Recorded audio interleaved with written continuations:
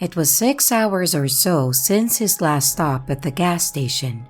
But finally, Ted arrived.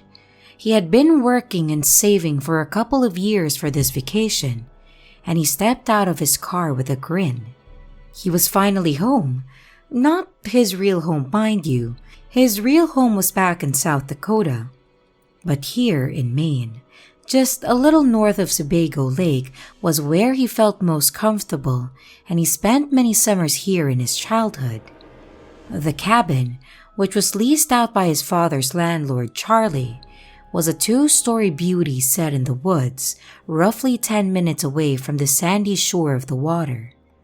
Grabbing most of his stuff from the trunk of his car, he walked up to the heavy wooden door. Pushing the key into the hole, he bumped hard into the unmoving portal. The continuous heating and cooling of the old cabin throughout the seasons must have caused the door to stick, so he pushed harder, and it still did not budge. Turning the key back and forth a few times, he finally booted it in hard with a resounding crack. He stepped in the musty living room to see that the door had been barred from the inside.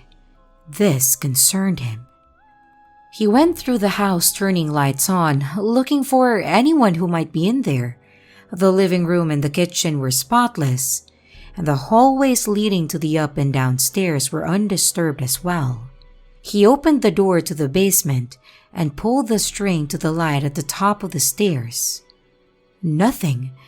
As he got out his phone to turn the flashlight app on, he glanced down into the dark void, and a shiver ran down his spine. It looked threatening and sad.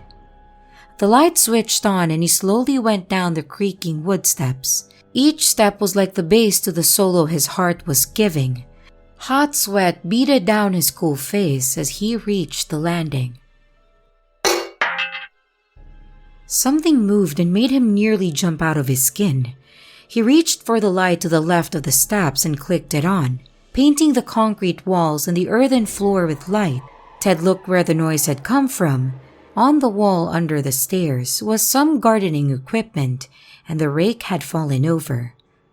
Feeling incredibly foolish, yet relieved, he looked around. There was lots of old hunting and trapping gear, which made sense being in the middle of nature. On the right side of the basement, where the dirt had not been packed down, was some uninteresting luggage, and to the front, where the stairs came down, was just a washing machine and a dryer. Satisfied, he turned off the light and went back upstairs. Reaching the top, he shut the door, letting the rest of his fear run out of him. He checked the bathroom and downstairs bedroom and found nothing. The top floor was 2 bedrooms which were both spotless and not even that musty. Ted wasn't one to dwell on things, so he just left it to the owner being an eccentric, and feeling hungry, he went back down to his car. The cooler in the back seat had a 6-pack of PBR, a personal favorite from his teen years, and stuff for sandwiches. Closing the door, he took a moment to admire the land as the sun began to set. The trees and the surrounding woods were bright orange, with a contrasting darkness both blending together to make everything look like it was on fire. Thinking back to his childhood here, he remembered his dad dropping the first pile of logs into the fire pit to the south of the cabin. With a clunk, he'd stand up straight, put his hand on Ted and proclaim, "This is the magic hour. Anything can happen, from elves visiting from the trees to the spirits of the Saco River coming to enact the curse." He'd say it with a chuckle. Ted would feel spooky excitement run through him the rest of the night, and the years hadn't taken that. He sighed and went back inside. He walked into the kitchen, cooler in hand, and stopped. The fridge and all of the cupboards were open, and then the smell hit him. It was like rotting flesh, and he almost threw up. Moving towards the fridge, He saw the shelves had old food on them.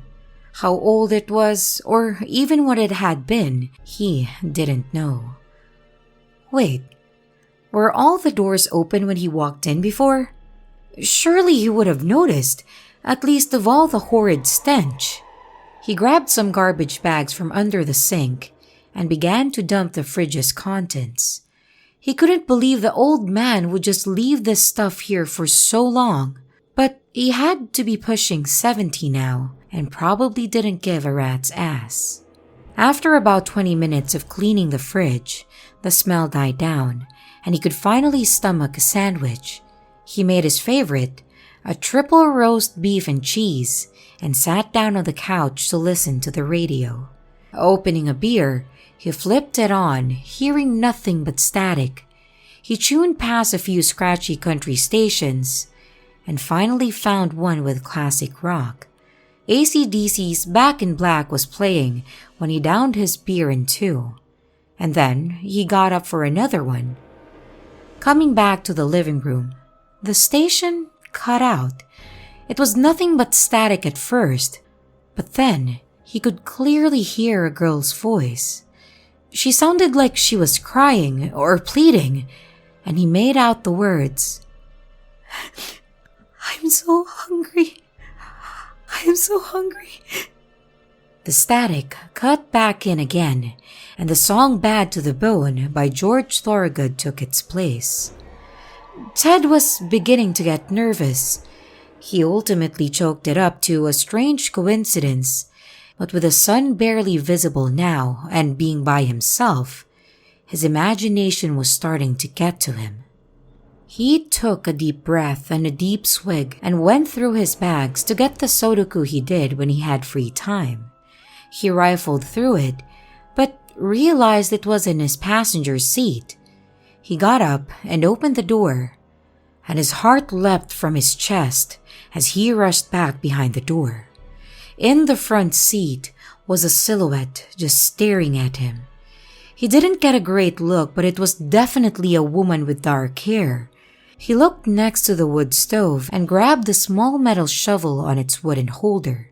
Slowly opening the front door, he looked again to the empty car.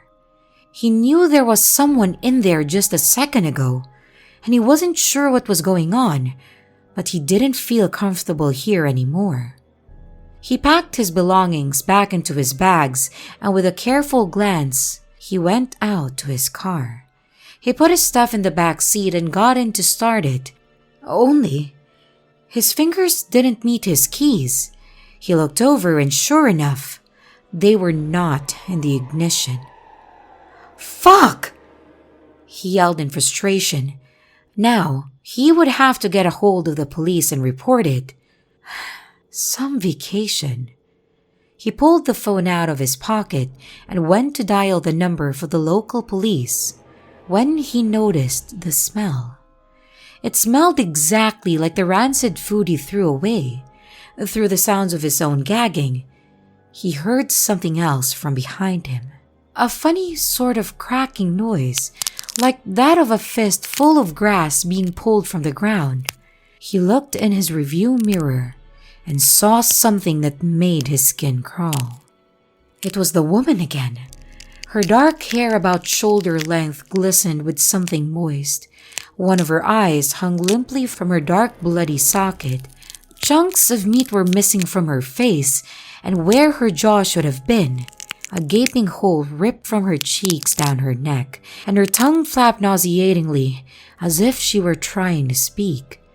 A scream tore through his throat in a pitch that he didn't know he could hit, and in a flurry of motion, he opened the door, ran back inside, and slammed the door shut. The whole thing felt like somebody was moving his body for him, and he was watching it all unfold from outside of himself. Slowly, he slumped to the ground against the door, his breathing erratic and his hands around his knees as he felt like he was gaining control again. His entire body erupted in shakes. He began to get a hold of himself and started to stand up. The radio was playing something by Aerosmith, and he went to the couch. Ted, pulled out his cell phone to call the police and noticed it was out of service. Figures, he said as he set it on the end table. He got up and locked the door, putting a chair against the knob for good measure. He made sure that all the windows were shut and locked and went upstairs to his old bedroom.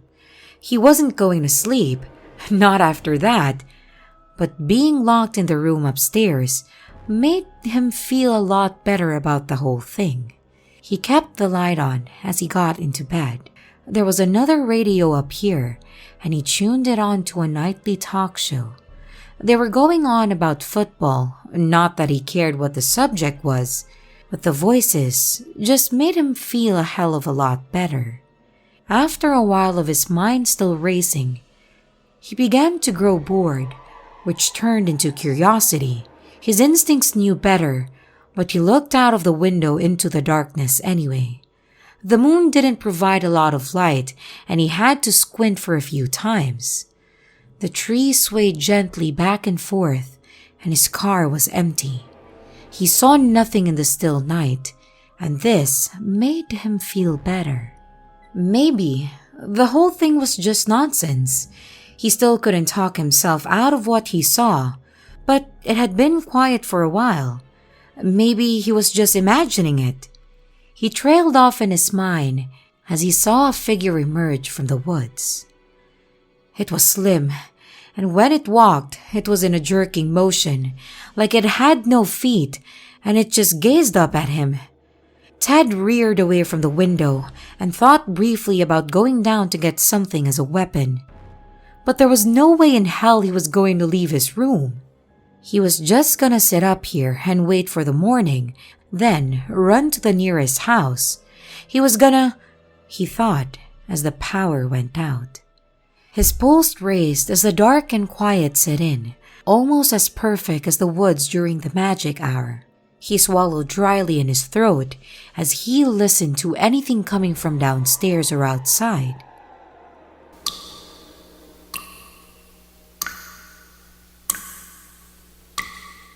The sound of something dripping coming from the bathroom to the left of the room that he was in, and the door was slightly open. He turned on his flashlight and slowly turned to it. He opened the door all the way and the light revealed the tub. The shower curtain was closed, but he could hear the steady ticking coming from it.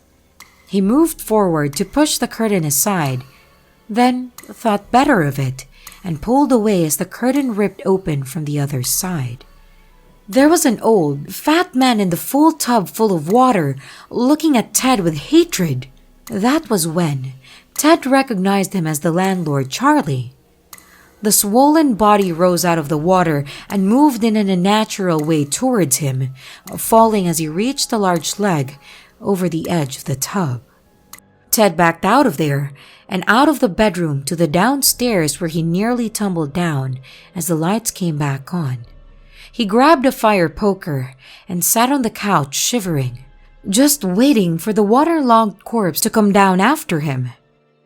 Nothing came. He crept back up the stairs, moving slowly, ready to bash it in with his iron weapon. At the top, he looked in the bedroom.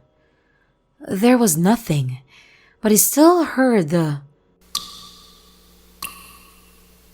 coming from the bathroom. He moved to the open door. Water flooded the ground, but the curtain was shut. He moved the tip to the fabric and swung it open to reveal nothing. There was no body or even any water. The faucet was just open enough to allow a stream of droplets to tap the drain. He made his way back downstairs to the couch. I'm going crazy, he thought. I'm losing my mind. He gently rocked himself back and forth when he heard the door creak open. Suddenly, he remembered that he left the back door unlocked. He jerked his head down the hall and saw the dark shape of the woman. He could hear her joints crackle with every move she made, and she made a disturbing noise from the hole in her neck, her flailing tongue punctuating every noise with a moist smack. Every step let out a sickening thud from her feetless legs. and she was coming closer. Panicked, he turned to run out the front door, only to find it blocked by the former landlord. With an angry sneer, he charged at Ted. Ted stabbed the poker into his stomach with a wet squelch, and like a hole in a barrel, dark water began pouring out. Ted's ways out was blocked, and he ran to the basement stairs, locking the door behind him. He quickly made his way to the bottom and turned on the light. He was now royally screwed and weaponless. He went over to the hunting equipment. Most of it was just basic supplies, nothing of any real use. But now, he noticed that the rust color on the bear traps was also on the earthen floor. The wavy patterns looked like it made its way back to the darker part of the ground. He followed it, and as he bent down, that's when he heard a creak from the other side of the room. His head moved over to the lower outside window from the back. It was open, and pushing through, it was the jawless woman. She crawled through and fell limply to the floor, unmoving for a moment. Then, in a grotesque display of rigor mortis-consumed limbs, she stood up and walked over to him. He had nowhere to go. Above, he could hear Charlie slamming against the door, demanding entrance.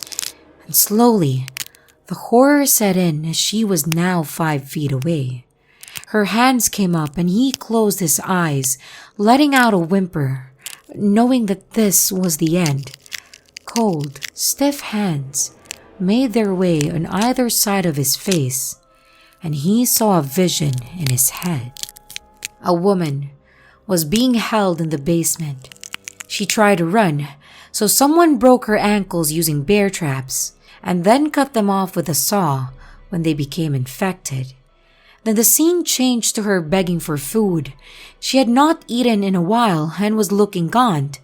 A man was tired of hearing this, so he ripped her jaw right from her, killing her.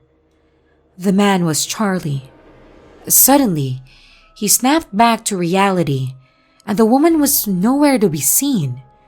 Banging could still be heard from above, and he looked down at the uneven earth. Grabbing a shovel, he began to dig. The banging became even more desperate as only about a foot down, he saw the decaying face of a woman, and all at once the banging stopped. He finally lost his supper from the smell and went hesitantly to the top. Charlie was nowhere to be seen, and all was quiet. He ran to the front door and threw it open. The cold, fresh air felt amazing, and as he reached in his pocket for his phone, he found his keys. Not thinking twice, he got in his car and drove away. The next day, police and a crime scene unit were all over the property. They determined that Charlie had kidnapped a young woman named Carol Burns. He kept her down there as a sex slave, and eventually, when he got bored of her, he found new interesting ways to torture her, eventually killing her. They weren't sure how Charlie's body made its way into the well in the back of the house, so it was labeled a suicide. Ted wasn't found guilty of anything, other than being batshit crazy to most of the officers he talked to. They marked the case closed, and all loose ends had been tied, all except the small, round bloody marks leading from the back door to the basement.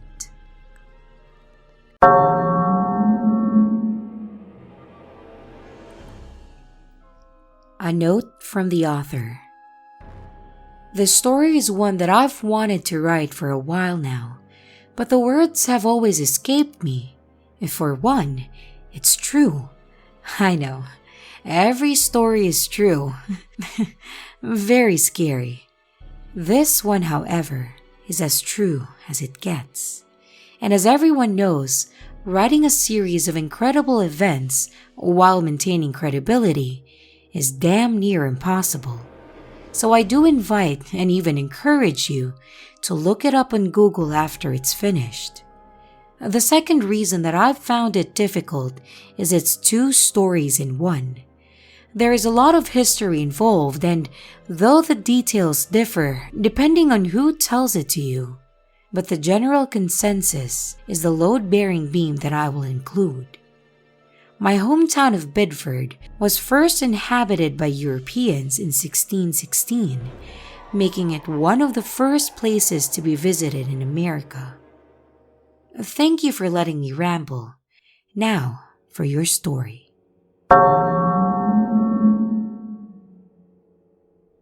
I was born and raised in the city of Bedford, Maine. The city itself is full of somewhat garbage people, but I wouldn't have wanted to grow up anywhere else. I had many wonderful memories. As the beach was an hour walk away, the backyard was sprawling, and the woods that led down to the river was right next to my house.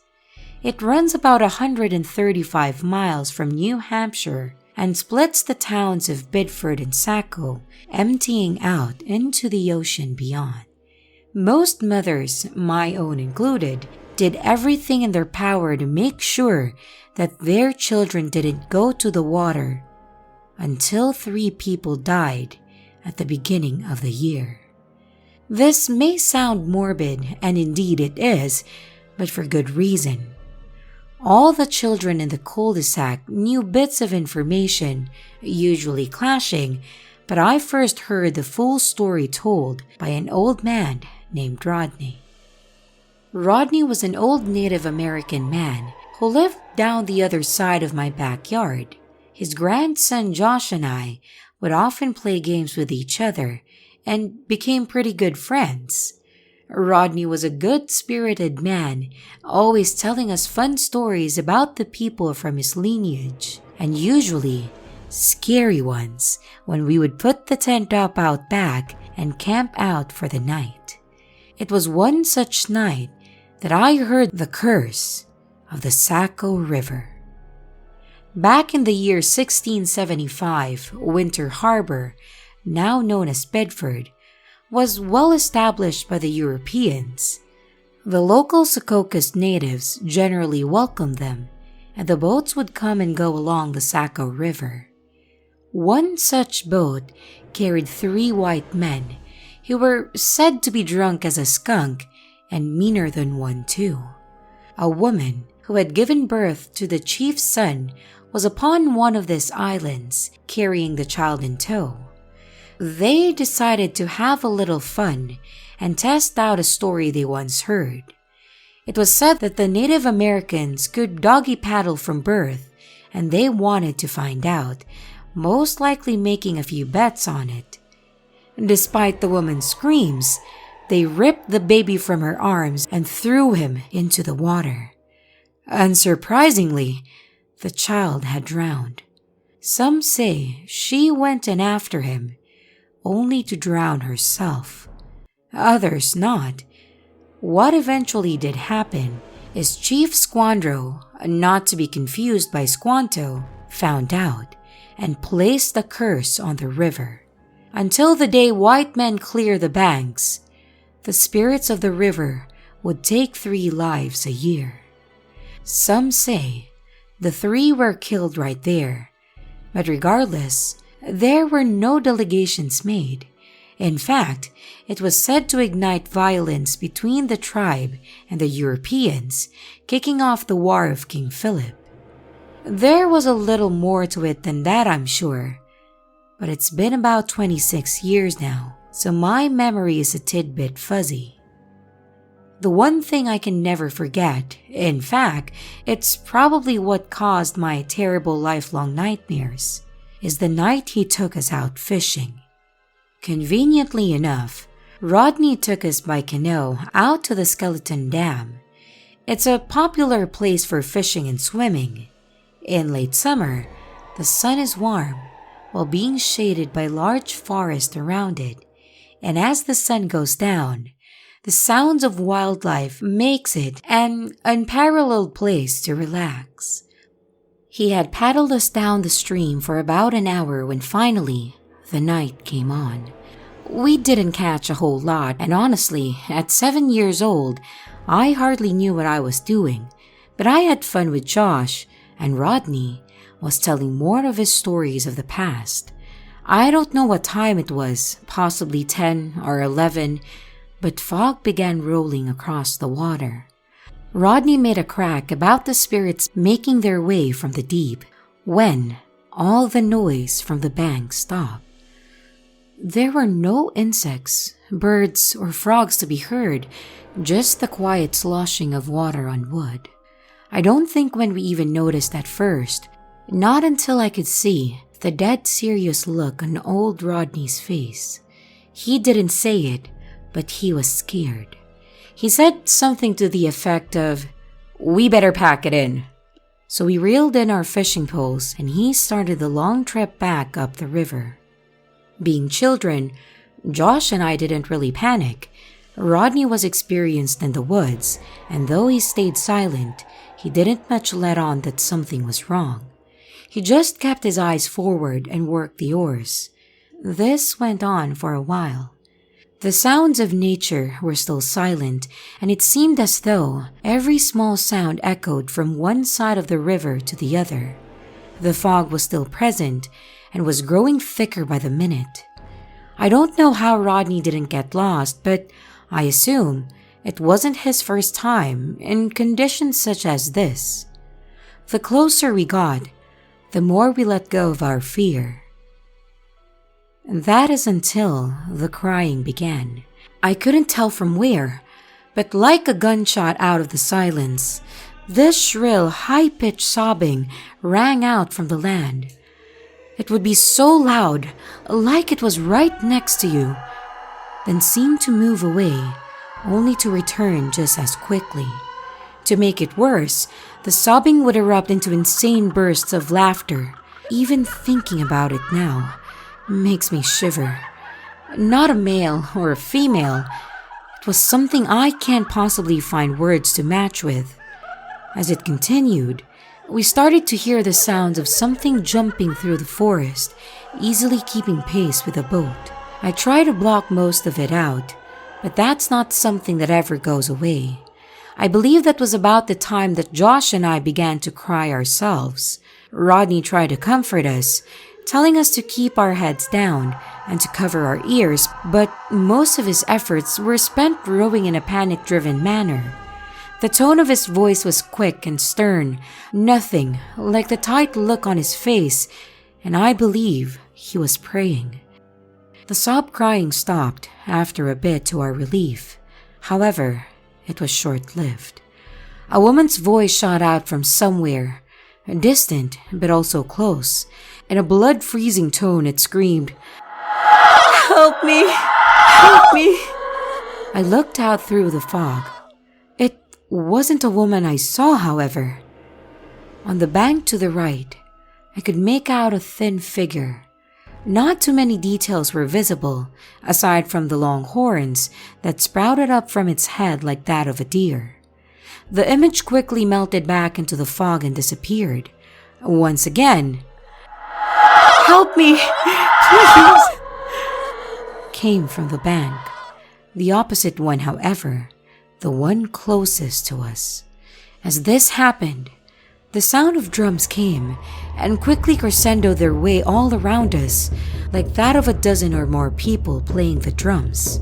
Rodney told us once again not to look and steered the canoe away towards the center of the river. Like the idiot kid that I was, I looked as large green orbs of light began to appear, along with multiple little men. I say men, but they were all much too short, and the shape wasn't quite right. It was almost like a group of monkeys were all lined up along the shore, just staring at us, as that ghastly cry for help continued to follow, switching sides from time to time. I'm fairly certain that I had wet my pants by then. I don't think I've ever been so scared in my life, including my current age. Unfortunately, our boat trip through hell wasn't quite over yet. The fog was a constant and would swallow everything almost as quickly as it appeared. as terrifying as the things on the bank were. At least, they couldn't get to us. Or so I thought. We must have been pretty close to the boat launch by that point, but before we could get there, the sounds of splashing erupted on all sides of us. The occasional slosh of water told us there was something around our boat, and it wasn't long till the knocking began. It was soft at first, more like something was rubbing the sides of the canoe. Then it turned into scratching, but they quickly got louder, as if people were pounding their fist against the sides. It was getting so bad that I thought we were going to tip, and poor old Rodney was rowing like a madman, and the panic on his face as clear as day.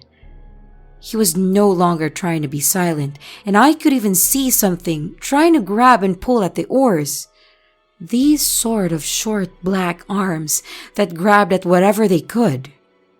Well, we finally made it to the boat launch, Rodney practically throwing us on land. He didn't bother with our bags or fishing stuff either. I was somewhat upset the next day, but I can't blame him one bit. We ran to his truck, still hearing drums beat all around us, now coupled with the sounds of loud growls. And I can't tell you what for sure, but some sort of animals were pacing around the fog on all fours. They kept their distance, thank God. But before we were fully on the road, we were in for one more surprise. The branches and leaves of the trees off to the left of the truck began shuffling. The forest here is thick, so it was hard to see what it was, but some sort of large bird burst through the canopy and shot across the lake. I have never seen anything so monstrously huge in my life. Rodney later told me he believed it was a thunderbird. I'm not sure, but the wingspan was anywhere from 20 to 30 feet long. Since that night, I stayed away from the river. In fact, I moved halfway across the country. I can't really tell you a whole lot else from that night. I never got many answers myself, but I can tell you, however, that I believe in the curse of the Saco River wholeheartedly, as well as its spirits. Do not go into that river, unless, of course, 3 people have already been found dead. The End of Infinity by Paul Stefani. The sun will be darkened, and the moon will not give its light. The stars will fall from the sky, and the powers of the heavens will be shaken. Mark 13:25. It was getting late in the evening, that part of dusk where the last hangnail of sun gets swallowed by the night, fading into perfect darkness. The stars begin to appear across the sky, twinkling in their cosmic beauty over all the people down below, as they run through the streets for their lives. Jasmine stood in awe as both the moon and the sun fell to earth in the garden of a small city. Their cryptic smiles shone upon the stampede that rushed by, as if sharing a private joke with one another that only they were privy to. Jasmine ran through the crowd as they tore their way in every direction, threatening to sweep her off her feet and trample her without so much as a second thought. Most of the buildings that still stood were covered in flames that quickly spread to those that weren't. She ran over to one of the buildings that still stood and went up the wooden steps. The door was unlocked and she threw herself in, slamming it shut behind her. She lay against it, breathing heavily while wiping the sweat from her face. She was surprised to see her family. Her older sister lay on the floor, much younger than she should have been, crying with her mother, and her father, who had died a grisly death from stomach cancer, worked an old television with a rotting fist, yelling, "Ah, shit," as he couldn't get anything else but static. If they noticed Jasmine, they didn't say. She was about to ask what was happening when the rumble began. Soft at first, but then the window started rattling. It grew until it shattered the glass, and anything that wasn't nailed down was toppled to the floor. Outside, a huge wall of flame stretched towards them, swallowing everybody on the street. Bright yellow filled the room as she backed up, and the walls imploded. She felt her body disintegrate into nothing, and then woke up. Jasmine's dreams were always wild, vivid and marvelous, as her mother would say. The shock of them would always leave a big impression, but they were nothing new. Now in her 30s, she had them long enough that they were now inconsequential. Like watching a movie, the dark scene replayed in her head for about an hour or so, then faded into nothing. The world was going to end. She already knew that. It was only a month ago since the asteroid made the news. All across social media, the story of the asteroid heading towards Earth was all anyone would talk about. It was first played off as scientists and other officials assuring the public that it would only be a near miss, or that it wasn't possibly big enough to do any real damage if it hit. She believed it, wanting desperately to believe it, as so many others did. The truth couldn't stay denied though. A few amateur observers saw the truth and were heavily mocked for being conspiracy theorists and spreading misinformation. Others began to speak up, and soon, NASA was even confirming it. The President of the United States convened with other world leaders, and they tried to destroy it with a large arsenal of nuclear warheads. The explosion could be seen from space, but it didn't even put a dent in the monster. The only thing they accomplished was possibly speeding up everybody's death as radiation peppered back down across the globe. Soon enough, everybody was sick from radiation poisoning, and most of the plant life withered. The final report that aired was a farewell message from the President of the United States. It more or less said, "So long, that we had a good run. Make peace with your loved ones and yourselves because it was game over." The asteroid was supposed to be bigger than the one that killed the dinosaurs and would probably destroy the Earth for good. The power cut out after that. 4 days left. Jasmine crossed the days off like a gruesome advent calendar. The 23rd circled in bright red.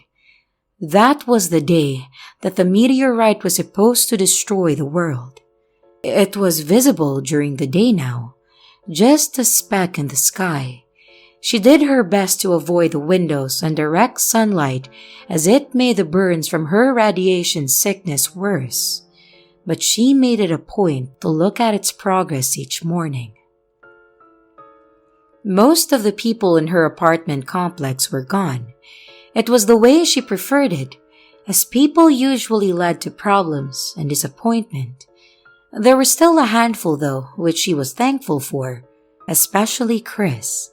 He was an older fellow who lived a few doors down. Even before the disaster, the two of them would get together once in a while for a game of cribbage. He was a sweet man with a great sense of humor. Although she thought about romance with him once or twice, neither really wanted anything more than to skunk each other if they happened to be lucky enough that day. They would toss a few beers back while playing, and Bonnie, his German shepherd, would periodically come by to give a lick to her hand or see if either had a scrap of food to spare. There was a family of 3 that lived across the hall, close to the stairs. The Colemans, Edward and Michelle, were a married couple that seemed to argue over anything. It was usually this arguing that would break Jasmine from her strange dreams. She felt bad for their son Nathan. He was a bright 9-year-old who always looked much sadder than a boy his age should. There was nobody in his generational bracket around anymore, and whenever his parents caught Jasmine trying to talk to him, they would hurry him inside while shooting her a dirty look. Old Mrs. Breyer lived next to the family. She was a quiet old woman that usually kept to herself. It seemed like everyone did these days. Chris once told her that both her husband and her kids died in a bad car accident. He was drinking, and he must have overcorrected, sending the car off a small cliff. She always blamed herself, and over the years, her mind began to slip. There used to be a nurse that came by in the mornings and evenings, and as the weeks went by, Jasmine could only assume that she was one of the people that left town. She wasn't sure why people left. Maybe they thought that it couldn't get to them that far up, like some magical force would protect them from the fall of the radioactive dust, or they could just get far enough away to be safe from the impact of the monster in the sky. It frustrated her, but she knew how powerful denial could be. After all, she denied her family most of her life. There wasn't much of a story there. Her parents split up when she and her sister were young, and neither wanted them. So, over time while growing up with a foster family, she grew to resent them. Food was becoming scarce. Most of the places around them had already been looted, and stepping outside would mean drastically accelerating their sickness. So Jasmine, Chris, and sweet Mrs. Breyer pulled what they had left and rationed it out each night. The Colemans, of course, snubbed their offer. When they finished the meal of buttered bread and chips, Jasmine made her way over to Chris's. Before long, she was losing her third game of cribbage against him, gently scratching Bonnie's tummy. Even the dog was in poor shape, as more patches of fur came off each day, exposing bright pink skin below. You know, I kinda wish I had a gun, Chris said abruptly. Part of her wanted to be shocked, but she knew how much Bonnie meant to him. She must have been suffering so badly because of it. Yeah, I know what you mean. It's such a cruel way to go out, for all of us. Baked to a crisp in our own skin, then bam! Hit over the head by a giant rock. What would you do differently if you knew what was coming? Would you have spent more time with your friends and loved ones? Try to warn the government? Jasmine considered this while looking over her cards. She found it incredible that after all these years of playing, and with the apocalypse knocking at the door, that she could still get excited over a good hand. 3 5s and a jack. Then she scoffed, trying to push her sister from her mind. You gotta have friends to spend time with them. And family is a joke. Pretty much everyone that I knew before moving here was already gone. That must have been hard. I suppose it helps in this case, though. Nobody to have to worry over. Yeah, I guess. Maybe I'd just get loaded every night and eat until my ass jiggled. She laughed. Her smile turned into a frown when she saw the cut card was a 7. What would you do? Chris let out a sigh and put his finger over the top of his lip. He often did this when he was deep in thought. I suppose I would undo every tie I had. Never would have got married or had kids. I also never would have gotten this mangy old mutt, he said while giving her ear a scratch. She wanted to argue for him, to show him the good in all of it, but there wasn't much point. He was effectively right. Either that, he spoke again, throwing 2 cards to her crib, or I've always wanted to fly someday. take me and old Bonnie here across the city, to a faraway place. He said this with a warm smile. As he pet Bonnie's head, more fur came away in his hands. Jasmine could see the pain in his eyes. It was heartbreaking. "Well, we still got time. Maybe we should go to an airport and go for a ride," she said with a smirk. Chris chuckled and they continued their game, Jasmine losing by 64 points. It was still early in the evening when Jasmine went home. She, along with everyone else it seemed, slept more these days. The sickness that ran its course took a lot out of them, and not that there was much else to do anyway. The water no longer worked, but it was so contaminated that it would have been a death sentence to use. So a shower was out of the question.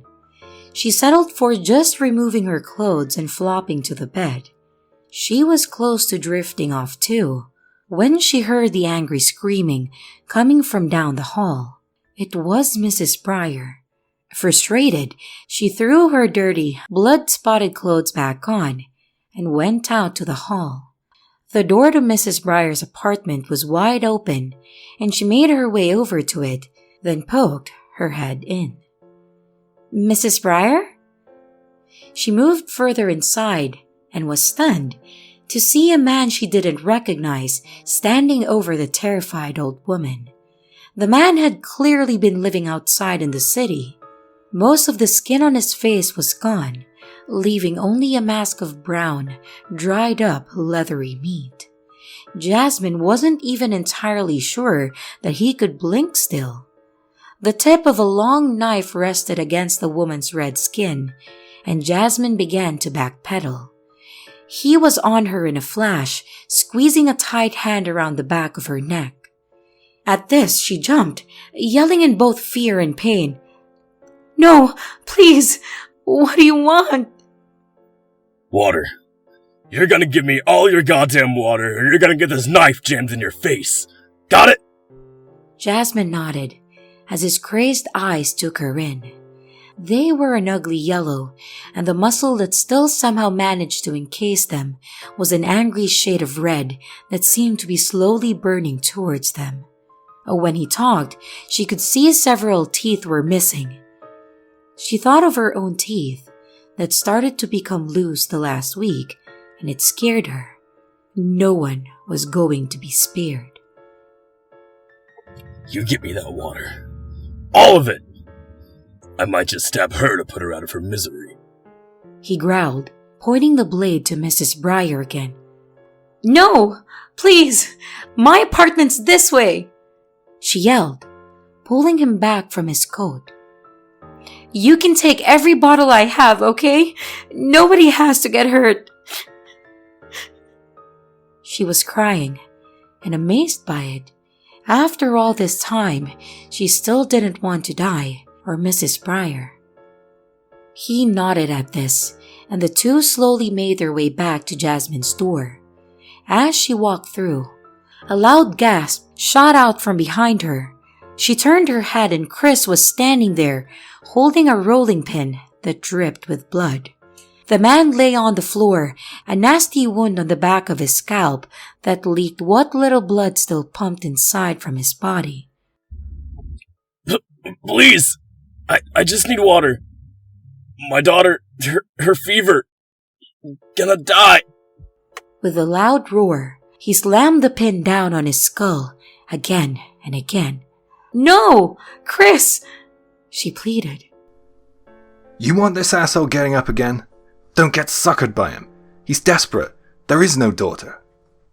She turned away as he continued raining down blows. Sharp cracks turned into wet thumps until he was sure that the man didn't feel a thing. Somewhere out there in the city, possibly the next building over, was a little girl who would die a sad death. She went into her apartment and locked the door where she cried herself into a deep sleep. Jasmine was running down the street she grew up on. Ahead of her, a field of skeletons stood in her direction, all of them pointing toward her, jaws open in a noiseless scream. She took a quick look behind her to see that a great ball of fire and smoke dropping from the sky. She ran faster as she felt the earth begin to shake. Then, the behemoth touched down. Even as she continued to pump her legs, she was lifted up into the air along with the skeletons. Their screams became audible as they joined her in a grim chorus. The first thing to hit her was the nausea. It quickly rose from the depths of her stomach, and she retched up last night's meager meal. The next thing she noticed was how badly it hurt. It was as though she swallowed a glowing coal that made its permanent home in her core. After a few more dry heaves, she was shocked to see how much blood was on the carpet.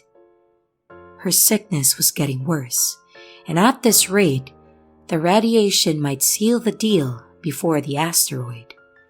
She groaned as she got out of bed. Everything hurt. The glistening blisters on her unnaturally red skin had gotten bigger. She stumbled out to the hall and was surprised that she didn't hear the Colemans. Maybe they finally worked it out, she decided. She was going towards Mrs. Breyer's to see how she was holding up after last night when the Coleman's door opened. Chris stepped out, looking surprised to see Jasmine. He was looking about as bad as she felt, as blood seemed to paint his face and arms. Chris? What's going on? What happened? He sighed deeply. It's the Colemans. They passed away last night. Jasmine's eyes widened at this. What? How? I knew they were sick, but all three in one night? It wasn't the radiation that got them. I think Edward must have finally given in to the futility of it all. At some point, he took a knife, stabbed Nate and Michelle, and then did himself in.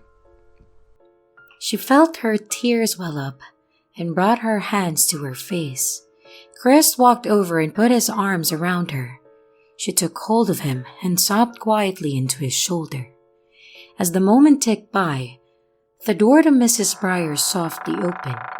She walked out wearing a robe, covered in a mess of red, and crept up behind him. Neither of them saw the knife lash out, the very same knife that the man from last night dropped. With startling quickness of a woman her age, she dug the blade deep into his ribs while raving like a banshee, twisting the blade back and forth.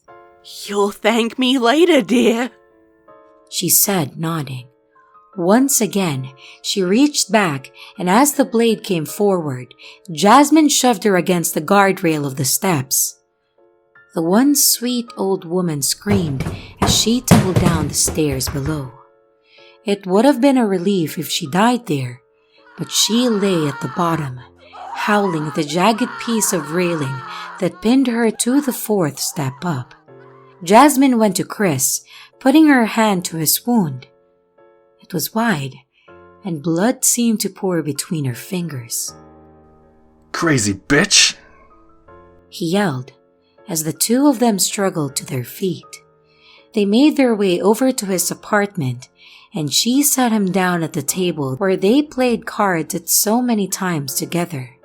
She rifled through his bathroom for the first aid supplies and came back with alcohol and gauze. As she poured the stinging liquid, he screamed so loud that it made Bonnie howl in tandem. She hadn't seen Bonnie until now, and she really wished she hadn't. There was barely any fur on the poor animal, and bloody bits of her bowel trailed from her bottom. She wasn't going to last much longer. It was clear that none of them were. She busied herself with Chris and pressed the gauze firmly against his wound. Taping it up, she gave Chris a pathetic smile. If you're done torturing me, I'll take my lollipop now. Jasmine giggled, despite her urge to cry. Tears burned a lot more today, she noticed. Fresh out, I'm afraid. What a world. Suppose I'd settle for a beer then. There's only 2 left. she called from the kitchen. "I can go out and try to find more." Well, ain't that a bitch? Don't worry about it. Been meaning to quit drinking anyway, and this seems like as good an opportunity as any. You can deal me in a game, though. She quickly grabbed the cards and set up the board. Then the two played cribbage for the rest of the day. That night, Jasmine stayed with Chris at his apartment.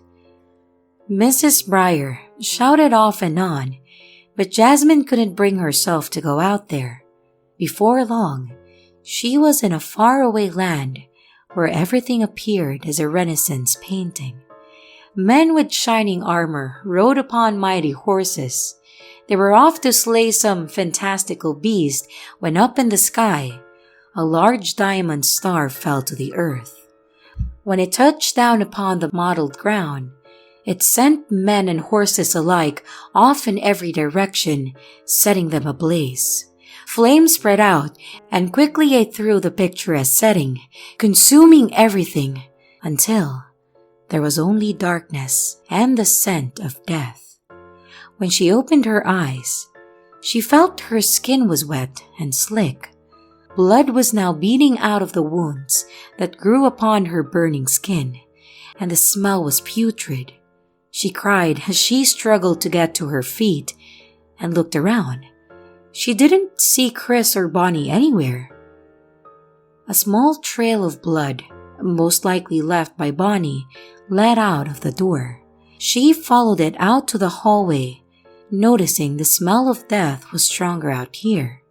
Mrs. Breyer was silent and would be forevermore. The trail of gore continued to the rooftop, and she opened the door where she saw the two sitting on the ledge. "Chris, what are you doing? Get back in here!" she yelled, knowing how much worse the levels of radiation were out in the open. He didn't respond, only waved a hand back toward her. She briefly considered going back in, but what was the point now? The pinprick in the sky was much larger now, like a small moon in the morning sky. The sunlight made her already fiery skin burn even hotter, but still, she walked out toward her old friend. "Chris?"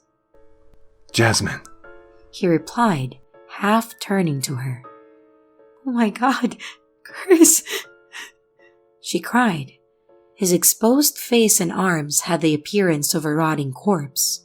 Nose, ears, and lips were mostly gone, and as he tried in vain to pet his dog, it was obvious that he was now blind. Bonnie was just as bad. "How long have you been up here?" We came out last night. I didn't think it'd be this bad. Doesn't matter. We still get to fly at least once. He chuckled painfully. If you stay to the end, give the big rock a kick in the ass for me, eh? Before she had time to react, he leaned his ruined body forward and went off the side of the roof. He pulled Bonnie with him, and she heard the sickening thuds below. She couldn't bear to look, and she ran back to her apartment, now the only person left. Her condition was already bad, but the time she spent on the roof did her no favors. She slept off and on the rest of the day, thinking about Chris. She thought about her neighbors, how she would never see anyone again. She thought about the man who would kill just to get his daughter some water. Then, she thought about her own family. She found that as much as she denied them in her life, as much as she tried to block them out, she missed them deeply and wanted nothing more than to be with them one last time. Mercifully, no dreams haunted her that night. When she awoke on the final day, she had to unstick the blanket from her skin. A froth of blood and flesh coated her bedding, and her scream was weak as she sat up. Outside, the tempest of wind was savagely blowing, sending large pieces of debris through the city. The end was finally here, and she was alone. As she struggled to make her way up to the hall, something in her stomach gave out. Blood began to seep down her legs, and she found that she no longer had the ability to throw up. She continued her way to the rooftop, her wet, sticky feet slapping against the floor with each agonizing step. Throwing the door open, she was met with a gray, cloudy sky. The wind was of hurricane proportions, and off in the distant horizon, the great, burning harbinger of death filled the sky, blocking out the sun. It was larger than she could have ever dreamed of, and so close that she felt she could almost reach out and touch it. She shakily sat down on the ledge where she last talked to Chris. Jasmine wasn't gonna take the easy way out. She spent too long fighting to give in to this monster. The wind grew even stronger, but she sat there smiling, thinking of all the loved ones she would soon see again. The earth gave a teeth-jarring shake as it touched down. Light filled her vision as a great roar ripped away all the sound. At least, I won't be alone now, was her final thought before heading into oblivion.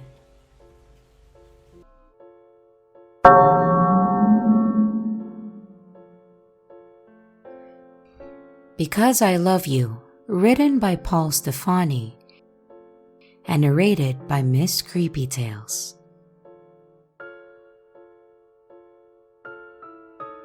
Though only a couple centuries had passed, it feels like a lifetime ago. I was only 8 when my mother took me away from my home in Ireland. My father worked hard at the docks unloading fish throughout the day, always thinking of it, and my mother, being a conservative woman, rarely complained. I think it may have been an offense to her deep down, a wound that festered over the years, finally bubbling to the surface, making itself known in all its fetid glory. My father was the same, holding in all his emotions until they boiled over. I would probably be lying if I said I didn't deserve it, but if I was foolish enough to cross his path while he was deep in the jug, I would usually end up with a pretty good shiner. As I stated, it wasn't me who set the wheels into motion. I swear, my mother goaded the man on purpose, and the beatings on her was as regular as you like. Her usual complaint would be his drinking. I didn't see anything wrong with it myself as a boy, and over the years, I can see the desire to escape the troubles of life, if for a little while.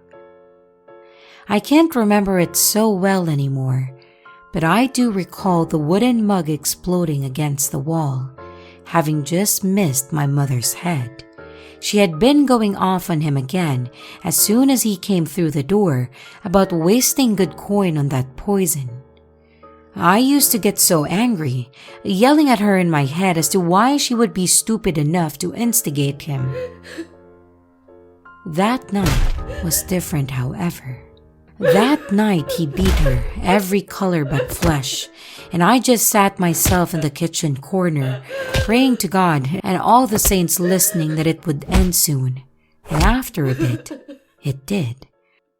I worked up enough courage to tiptoe to my bedroom, making my way carefully around broken furniture. My poor mother was a sight, having crawled her bloody mess of a self underneath the table. I had almost made it too, until I stumbled over a busted stool. He turned his head and I swear the fires of hell burned in them eyes. I can't recall what he said, but in seconds, he was on top of me, smacking me around.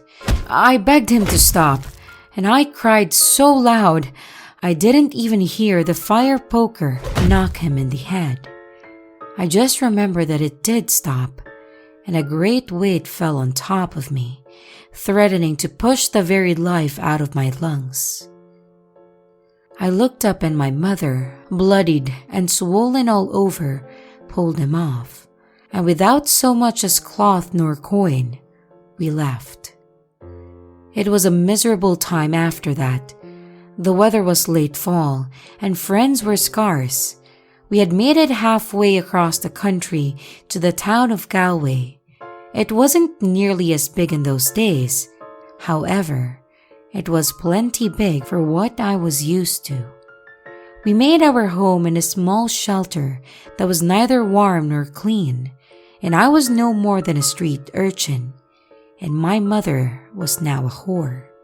I didn't see her much. She spent most of her time in a warm bedroom with plenty of men, and it made me hate her even more. The days grew shorter, and soon, snow covered the town. It was rare to see my mother, and never during the day. She would come by and bring me crusts of bread and cold broth. I ate. It was nothing like the hot stews we would have in our childhood home. It seemed I was always hungry now. I didn't bathe, and when the itch of my wool coats was compounded with bites of lice and other little bugs, I began to cough. Just an irritation at first, and of course, I had been sick before, but it turned into something much worse. Day by day, I could feel my windpipe tighten, and I tried to cough up the swollen skin, but only blood would produce. I slept a lot more, as it was preferable to the agony of consciousness, but even then, I could still feel the choking, metallic heat that burned inside of me. I fell asleep once more, and I dreamt of my aunts and uncles and every relative that had long since passed, and even met a brother I didn't know I had. That was the last time that I would ever know of such peace and happiness. All at once, I felt myself being yanked back hard, like something pulling me by the scruff of my neck. There was a great gasp as my eyes shot open, and the pain in my body was incredible. The closest I can describe it is the feeling of all my muscles, joints, and tendons cramping together in one great squeeze. Strangled gurgles escaped my throat, though my internal screams were much louder. I felt the muscle in my chest give one final thump, and then nothing.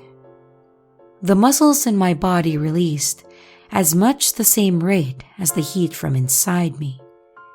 I opened my eyes, and everything was as sharp as a bell. In fact, all the pain from my sickness was gone. I could smell and hear things that I had no business smelling and hearing, and I found I was incredibly thirsty. My mother was lying next to me, and her smile went wide, showing teeth that were entirely too sharp. In fact, I felt my own, and they were now indeed long and serrated. I opened my mouth to speak, the first time in weeks I assume, and told her that I needed water. She quickly got up and ran over to a sack on the floor. I sat up, and to my horror, saw that it was moving. She carried it back over and reached in. My unease quickly stopped, with a scent of something hot filled my nose. My thoughts of water vanished as she pulled out a large rat out of the sack. Without even so much as a beat of hesitation, I launched myself at it. My hands squeezed the animal tightly, popping bones as the creature struggled, and I sank my teeth into it. The blood was more filling than any food that I had ever known, and I drained it completely as my mother held me in her lap, gently rocking me. This went on for about a year, and it gave me time to ponder my new existence. I was disgusted, especially with the fact that I had to stick only to animals as my mother instructed. What she did to me was unforgivable, and my hatred for her grew to new heights. After so long on feeding on vermin and farm animals, the smell of living humans was growing overpowering. I finally said to hell with it. It was the stupid cow's fault I lived such a cursed life anyway. I waited until the eventide came upon the land. My mother still hadn't risen yet and wouldn't for a little while longer. I stalked the country road as a heavy fog rolled in, threatening a large storm nearby, and indeed, the sounds of thunder weren't far off in the distance. A wagon, coming toward the direction of town, announcing itself with a little endeavor to be silent. When I was sure there was no one else nearby, I leapt for the driver. The horses whined and the wagon crashed to a stop, and before the man knew what was happening, half his blood was down my throat. Oh, the taste, this feeling of raw power. I felt strength that I never before knew existed, and I wanted more. My desires were met with the shrill screams coming from inside the cab, and I ripped the door off of it in my euphoric state. The scream reached new heights as I drained the women of their delicious life. It was spicy and rich, and had I the ability, I would surely have wept. I was too inebriated at that time to truly know what I had done. As the feelings of absolute bliss subsided, I looked down to see the mother and 2 young daughters I had just murdered. This was horrid enough. However, to my antipathy, I saw the small shape underneath a slightly red-stained blanket motionless. I cried out to the night in anguish. What had I become? I knelt to the ground screaming, and for too long, a small company of men that rode in on horseback from Galway came upon me. They saw the mess of carnage, and a chase had begun. As impressive as my new speed was, the horses gained quickly. I ran into the empty fog-filled streets, and my mother grabbed hold of me, and we raced to the graveyard that had served as our home. And I began to feel safe. But I was a fool. There was no place to hide and little time. My mother pulled me over to a small tomb, pushed the heavy slab over, and hurried me inside. An age of decay overtook me, and the both rattled beneath my form. I would have resisted had I known what was coming, but in the jumble of confusion, I just watched my mother whisper, "I love you," and she pulled the lid back over me. It was hard to hear, even with my heightened sense. However, I could make out Mother's screams. They were relentless, and after that, nothing. 200 years or so have gone by. I lost track. I write novels to pass the time, but not a night goes by that I don't regret the way I squandered my time with my mother. I am, however, thankful for all that she sacrificed for me. For all the times I have to ask why, the answer is always the same. I do my best to feed upon animals, though I do slip from time to time. The only thing that keeps me on track is the letter that she slipped in with me that horrid night. My dearest Bram, I feared this day would eventually come, so I wanted to have some sort of closure should you ever lose me. I know you hate me for all the things you've had to go through in life, and if I could change them all, I would. You were the only important thing in my life, and I couldn't stand by and watch your father abuse you.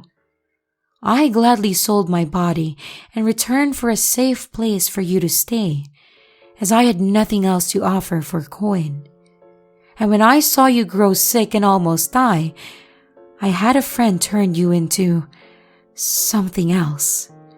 It was heartbreaking for me to do. However, I couldn't lose you. I changed myself so you wouldn't have to be alone. I also know your anguish of having to feed of animals. I didn't want you to harm another soul. I can't say how it will end, but just know that I will always be there for you in any way possible. If you ever have to ask why, just know that it's because I love you. Please forgive me, my son. Love always, your mom, Charlotte Mathilda.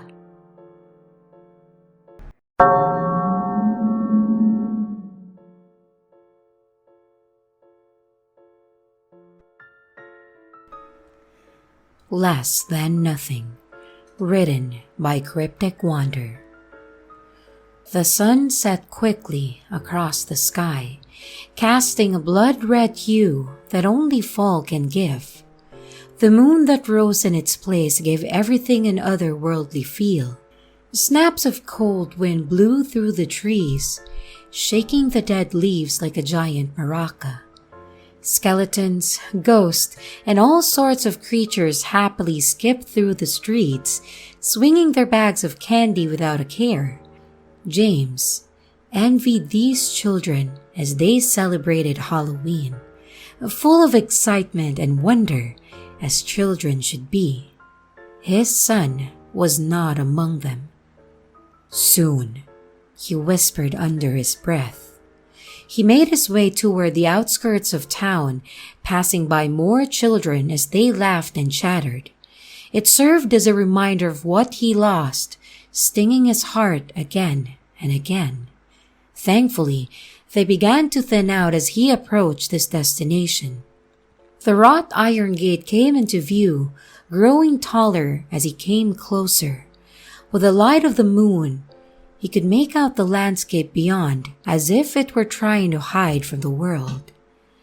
It was a dreadful place, and silhouettes both short and long stood in odd intervals. Their imposing shadows stretched out across the grass, making him feel very unwelcome. As the moon climbed ever higher, he got to the cemetery gate. He could hear a dog barking off in the distance as he looked at the padlock that held fast a thick line of chain. It would be a sought-out destination for older kids in town this night, so he wasn't too surprised to find it locked. He hoped to God that there wouldn't be any here tonight. He needed to be alone, otherwise he might not have another chance.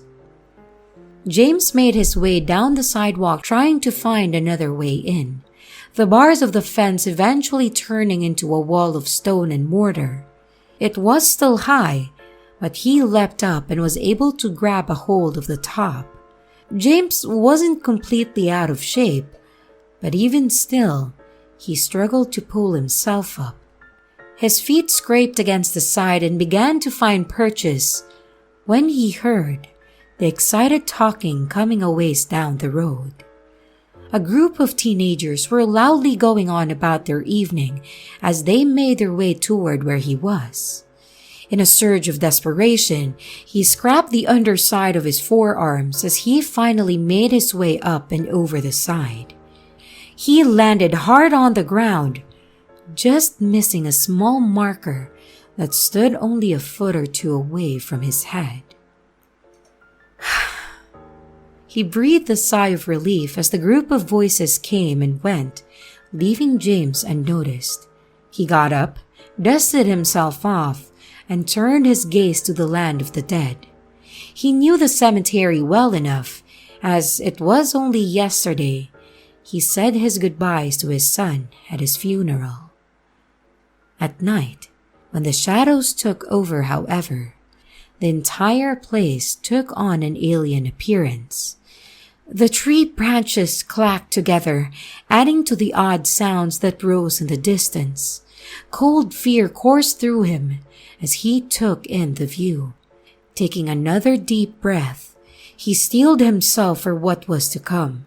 He had to get this done, and nothing was going to stop him. He faced forward with his mind on his task and walked between the stones as much confidence as he could muster. Eventually, he got his bearings when he saw the large paved road that had a shed at the turn. He made his way past and continued as the grade began to rise. Off in the distance, there came a sound, a clacking from the road ahead of him that was rapidly coming closer. He didn't have a weapon of any kind, and he braced himself to kick whatever it was, then was surprised to find a large dog. It stopped a few feet away and gave a sad whimper. His heart nearly leapt out of his chest, and once again composed himself. "Psst! Get lost!" he whispered harshly. It gave him a sideways look and walked back toward the shack. James shook his head and continued on. Nearly at the crest of the hill, he looked off to the left and saw the large stone building his son lay in. He walked over to the stone steps, slowing down to get a grip on his thoughts and feelings. It was a moment of reverence as happy memories of his boy came to mind. Those feelings then soured, and tears began to fall from his cheeks. Those thoughts turned to the ruined remains he was forced to look up upon the day Nathan was found. His son walked home from school as he only lived 9 blocks away, when he never showed up.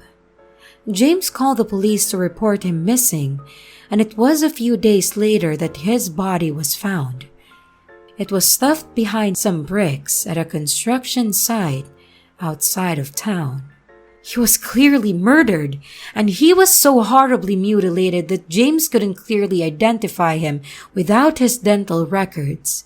Skin was slashed and torn, and his face had been caved in, most likely from the large chunk of bloody concrete found close by. It was a closed casket funeral, and having lost his wife to an aneurysm 5 years prior, the attendance was small. It was at the funeral that the odd man approached him. He was dressed in a large gray coat, and a wide-brim hat sat atop a head full of gray hair. He seemed to keep to himself as Nathan's coffin was placed into his tomb. The entrance was sealed, and what few friends and family came began to shuffle out. Before long, it was just James and the man. James began to walk out as well, pulling out a pack of cigarettes to light one. He pat his pockets and sighed in annoyance that he had forgotten to bring a lighter. The man picked up on this and approached, handing him a book of matches. "I am truly sorry for your loss," he said. Lost in grief, James just gave a quick nod and thanked him as he sparked one of the sticks.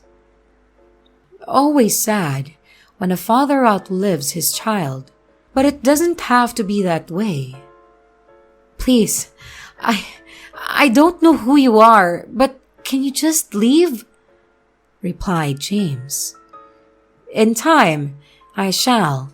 However, first I must insist that you hear me out. There is a way for your son to come back." James creased his eyebrows at this.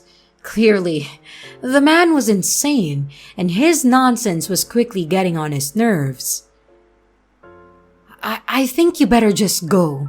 Who are you anyway? What possible reason could you have for being at my son's funeral?" "Why, I am a friend, Mr. Monroe. You may call me Nick. I am offering you the chance of a lifetime. Tomorrow, it will be Halloween, and the veil between the living and the dead will be at its thinnest. This is the only chance you will have. The instructions are here on this card," Nick said, offering it to him between 2 gloved fingers. "Follow these instructions precisely, and you can have your boy back. And I do mean precisely." James looked the purple card over and scoffed, letting it drop to the stone steps of the mausoleum. Again, I urge you, do them to the letter, or things could go horribly wrong. That is all, Mr. Monroe. Good day, said the man as he tipped his hat and walked off. James picked the card back up after he left. Of course, it was stupid, and entertaining the idea made him even angrier. As the day went by, however, he found himself fantasizing about its success while turning it over and over. What if, he wondered, he missed Nathan terribly and he would give anything to have him back? When Halloween came the following day, he felt he had no other choice. So, here he was, standing in front of the great stone building.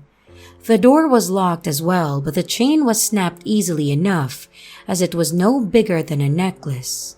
He opened the door and almost lost his balance when he saw how dark it was inside. It was as if he opened a void that would swallow him up like he never existed.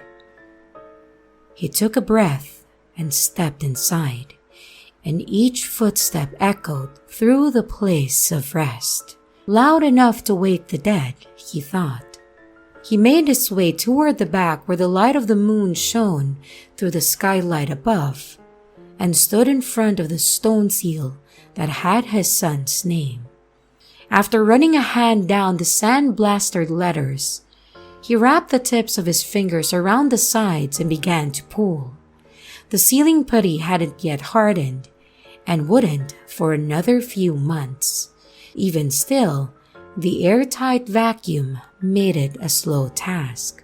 His joints ached, but after a few minutes it slowly gave and the seal was broken. The slab fell to the floor with a resounding shatter of stone, and he looked into the dark tomb where Nathan's coffin sat.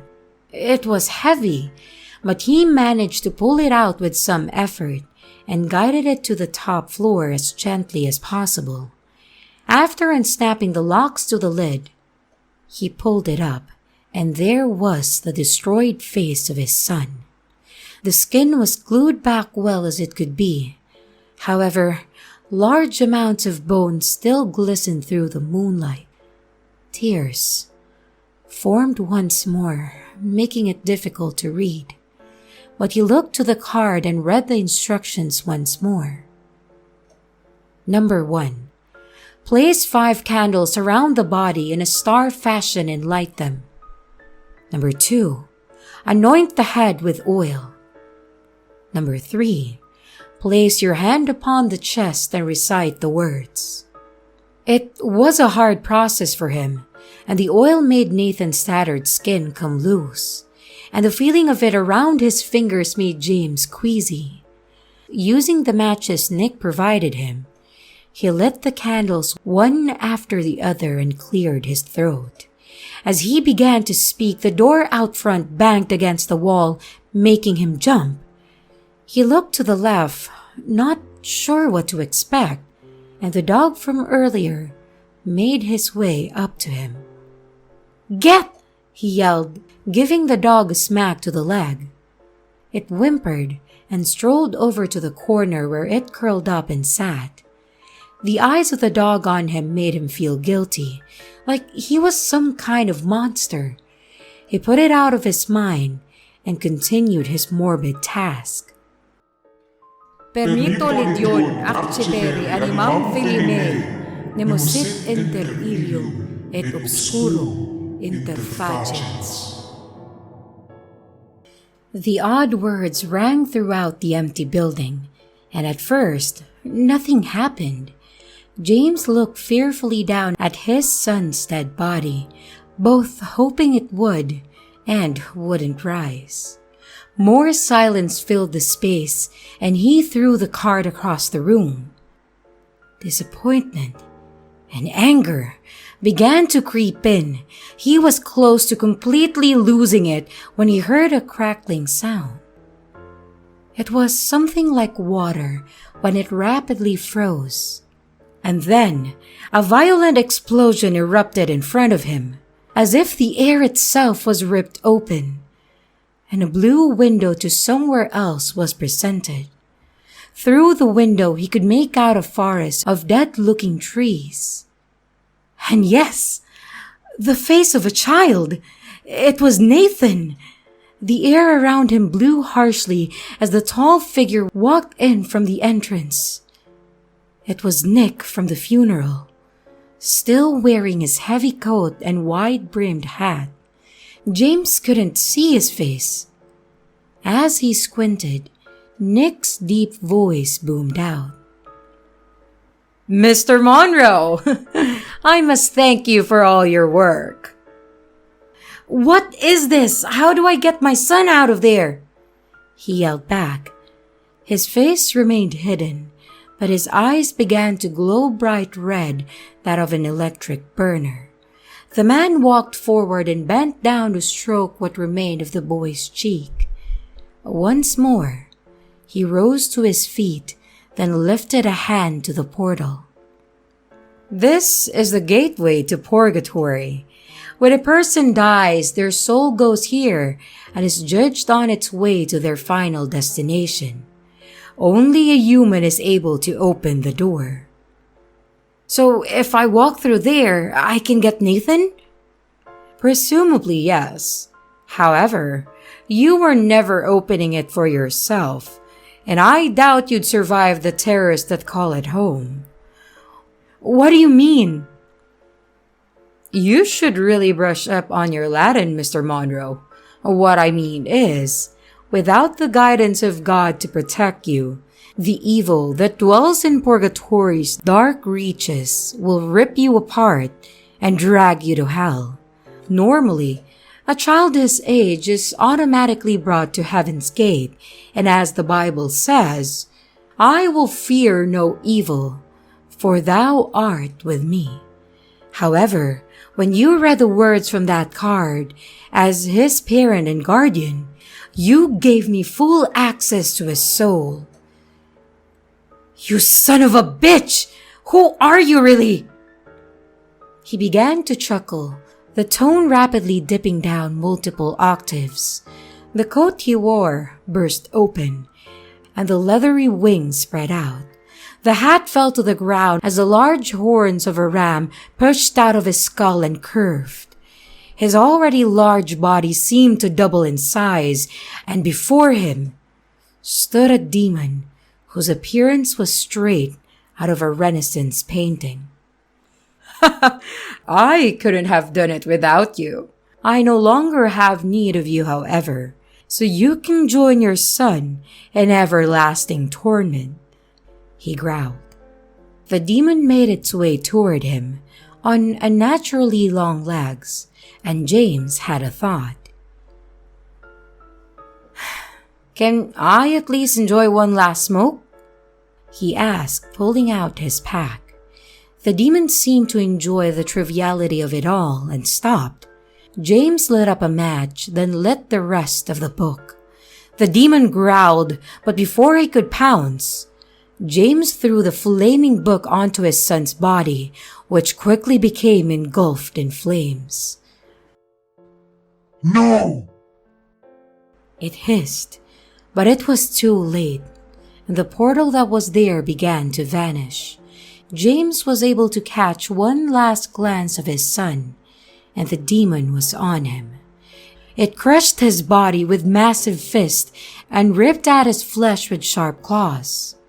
The dog that had taken its place in the corner got up and made a beeline for the demon, taking its forearm into its teeth. The demon threw the dog off with ease, and it landed on the other side of the portal. Blood was pouring out of James' body, but he just smiled through the pain, knowing his son would be okay. "Don't look so smug, you pig. I may not be able to take him, but he still has no protection. There are many others that will happily rip him to pieces again and again." The light from his eyes faded, and James let out his final breath.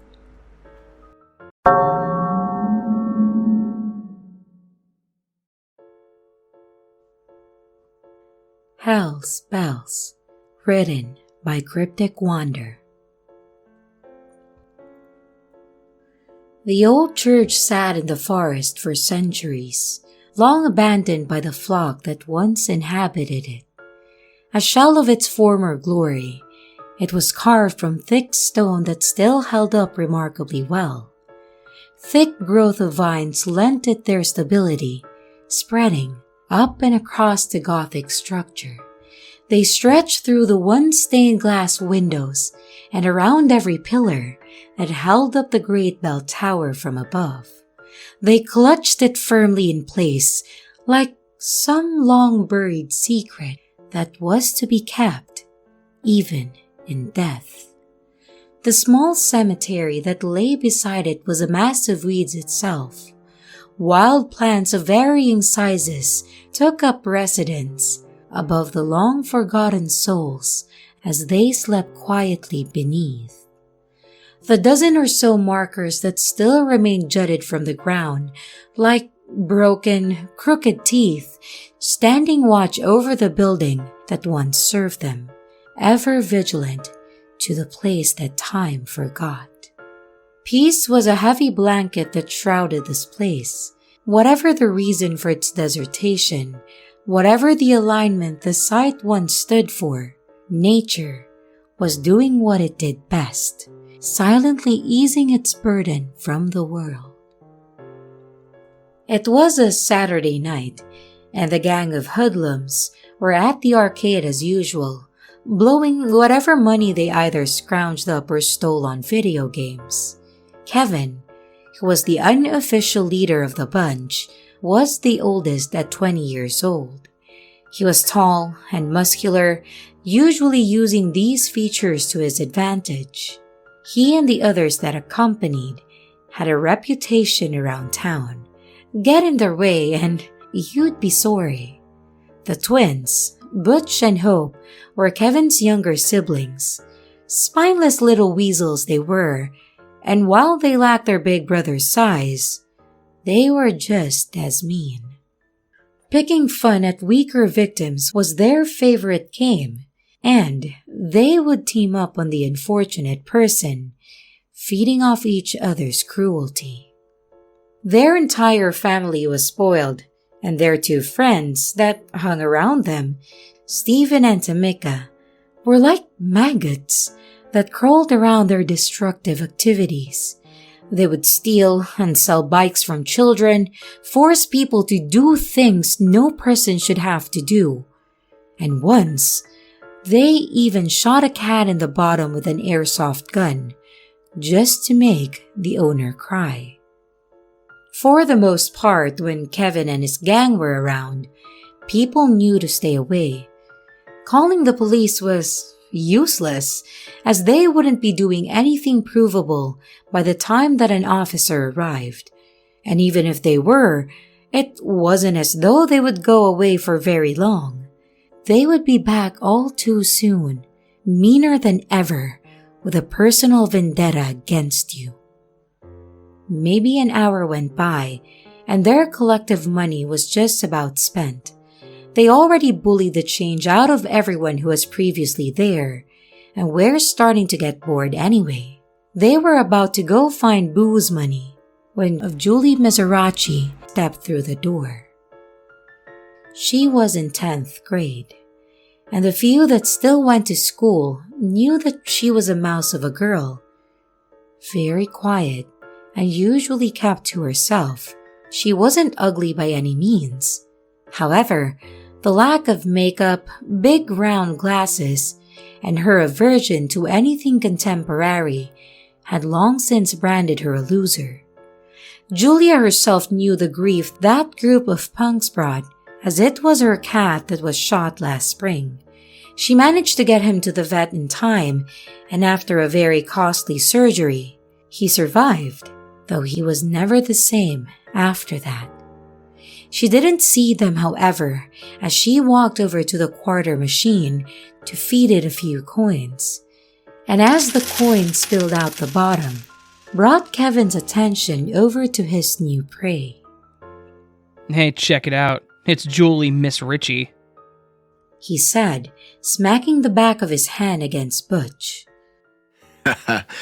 Perfect timing.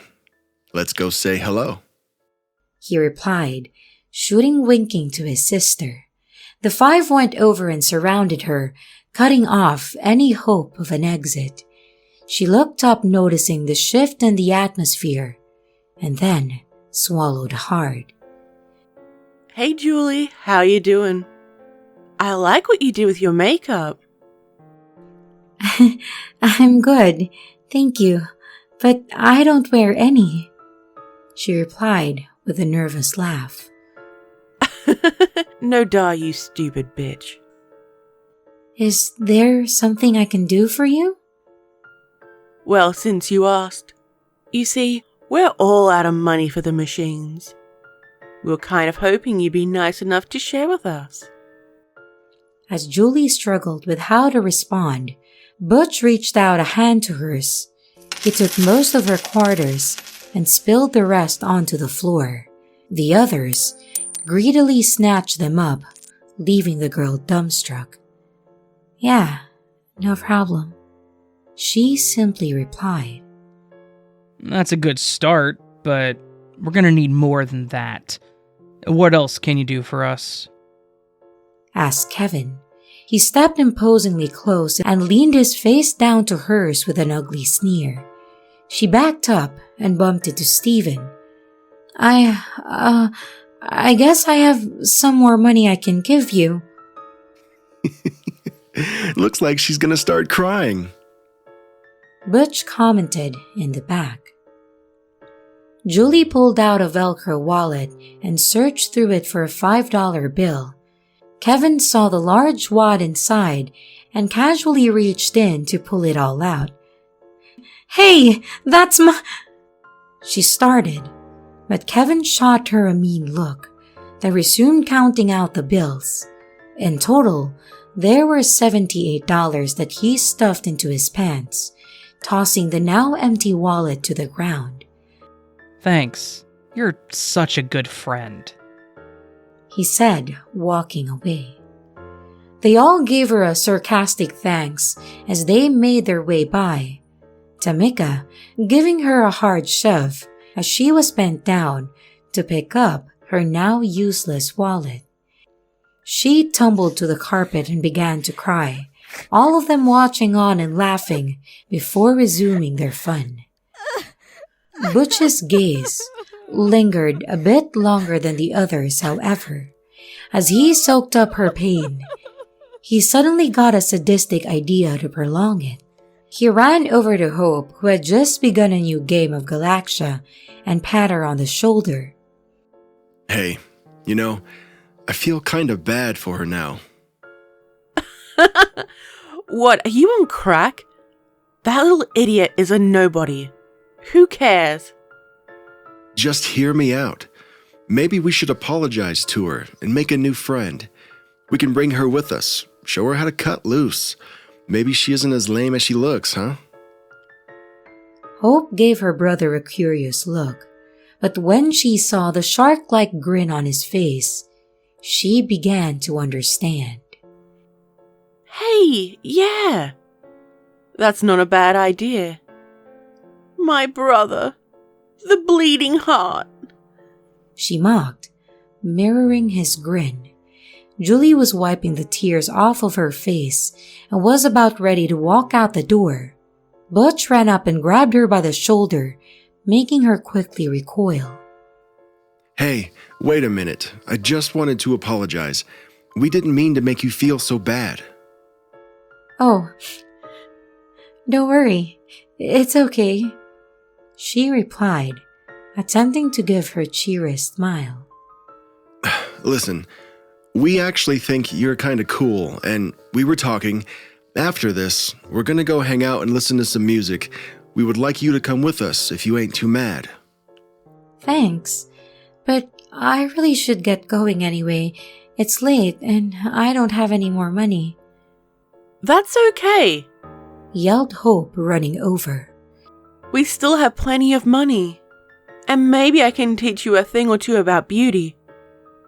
Maybe get you a new style. What do you say? Please, it would really mean so much to me.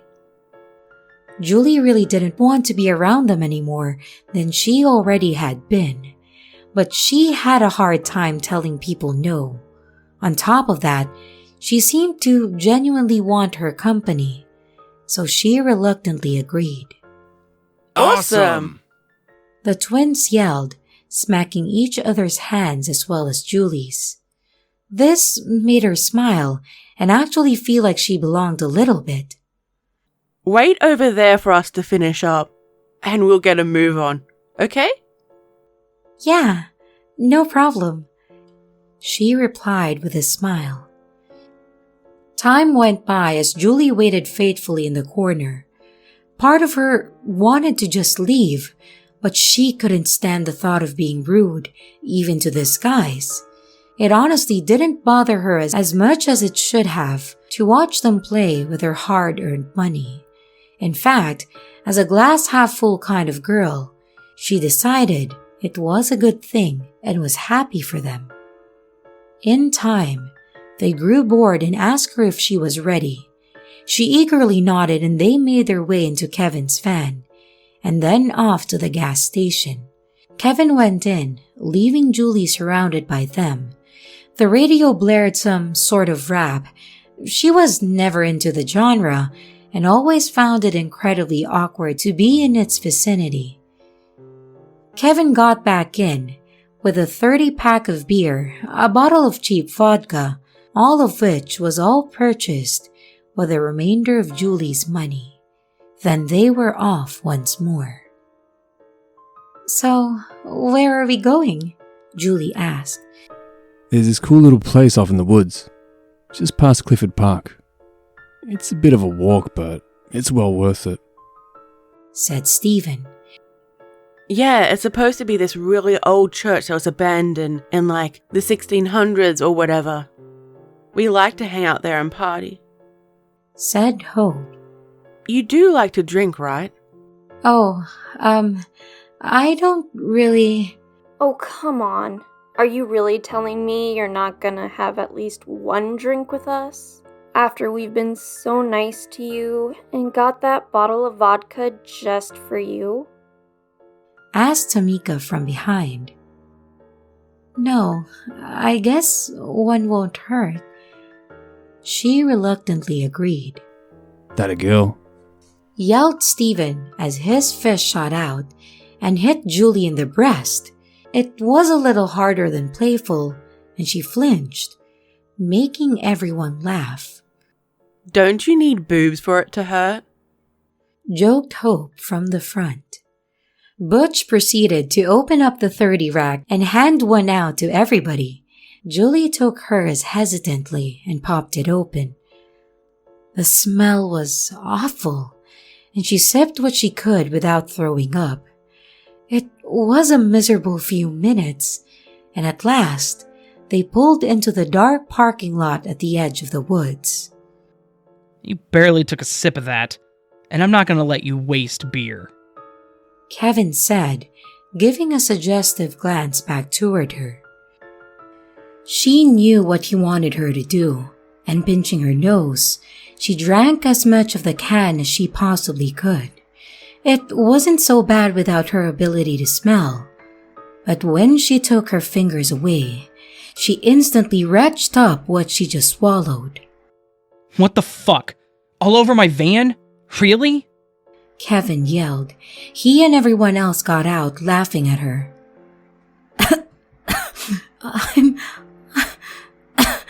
I'm sorry. I'm so sorry. She tried to say while getting out herself. The taste that lingered in her mouth made her throw up once more on the ground. They all found this hysterical, and they laughed even harder when Stephen and Tamika threw mostly empty cans at her head. That's disgusting. What do you eat? Dog food? said Hope. Ugh, it smells so bad. Hey, you better watch out. She might shit herself next. Yelled Butch. Aw, can't handle your booze? Tamika mocked. Don't worry, you'll feel better when we get to where we're going, Yeah, but first you're gonna clean up my van. Said Kevin. Do you have any napkins, or... No, I don't have any napkins. What the hell do I look like, a waiter at Denny's? Just use your hands. She hurried over to the floor of the back seat and tried to scoop as much as she could out. When she was finished, she looked to Kevin for approval. It's still soaked in there. Go ahead, use your shirt. Julie looked down and hesitantly pulled at the bottom of her white garment. She just couldn't do it though, so instead, she struggled to pull out her sleeves. She managed to tear them off unevenly, but at least she didn't have to show them her body. This seemed to satisfy Kevin, and she dropped the soiled cloth on the ground. Despite there not being a cloud in the sky, it seemed to get darker. They made this walk dozens of times, however, so it was no large task finding their way. The walk was miserable for Julie, and it felt like the trail went on forever. All she wanted to do was go home and nurse her aching stomach, but since she was already this far, she might as well see it through. The walk only took about 20 minutes, and a massive gray building finally came into view. It stood well above the tree line, commanding attention.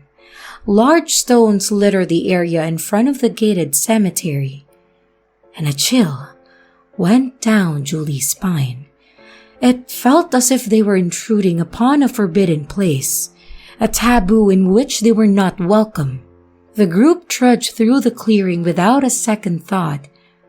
Butch set a portable CD player on a stone next to the remaining beer and hit play. Some kind of rap started playing, and everyone began to hoot and dance. They all poured drinks and forced Julie to drink more, assuring her that it would be easier the more she consumed. The beer didn't become any more appetizing, and the vodka only made her already burning throat sting worse. She had a very low tolerance though, and things were quickly becoming a blur. Come here, Julie. I want to do your makeup for you, yelled Hope. Julie was in no position to refuse and stumbled through the gate of the ancient graveyard. Hope and Tamika sat her down on top of an old tomb and then began the process, both of them cooing over her natural beauty and how she was actually kind of a hottie. 10 minutes later, and they were finished. They both whistled and raved over how amazing their work was. Is it really that good? Julie asked. Are you kidding? You could have any guy you wanted right now, replied Hope. I know I'm not going to be showing you off to my man, said Tamika. Julie lit up upon hearing these compliments. With the alcohol running through her system, she began to feel okay with her new friends. Maybe they weren't so bad after all. They walked her back to the front of the building, yelling out, "Hold on to your pants, boys. We got a real babe with us now." They all yelled and laughed as the girl came into view. It's a real good look for you, bozo, Butch called out. I didn't know makeup could look so good on a piggy, yelled Stephen. Take a look, said Hope, and she held a mirror up to Julie's face. White foundation plastered her face with thick blue eyeshadow caked all around her eyes. Her lips and cheeks were dramatically overdone with red, and written across her forehead were the words, "Slam Pig." The makeup ran down her face along with her tears as she cried. The optimism she had held for the group made her heart snap, and she quickly made her way back to the trail. She wasn't able to get very far, however, as a very drunk Kevin grabbed her arm. She screamed and pulled, but he was just too strong, and he dragged her over to the entryway of the ruined church. Don't worry, little slam pig. I'll still give it to you. The others laughed and cheered as they followed him in through the rows of broken, rotting pews. A stone table on a raised platform stood at the end, with an enormous wooden cross that had fallen loop-sided long ago, and he dropped her onto it. He and the others ripped at her clothes. Each attempt to get away would be met with a hard blow to the face or somewhere else on her body. When she was stripped naked, the guys took turns violating the poor girl. Julie's mind raced, and it all went by in a blur, yet painfully slow. Eventually they were finished, and they just began to beat on her. Fist, large pieces of wood, and even heavy chunks of stone rained down, turning her face and body into a bloody mess. She could feel bones, no longer connecting to where they should, and she just didn't have the strength to roll away anymore. She could still hear them laughing at her misery, and a few horrible things about her being a slut, but she had no fight left. They were ready to move on with their night, but before leaving, Kevin took one of the stained chair legs and drove the jagged end into her stomach. Spitting in her ruined face one last time, he followed the others back outside. Julie lay on the cold slab, and with every throb of pain, she could feel the life leaving her body.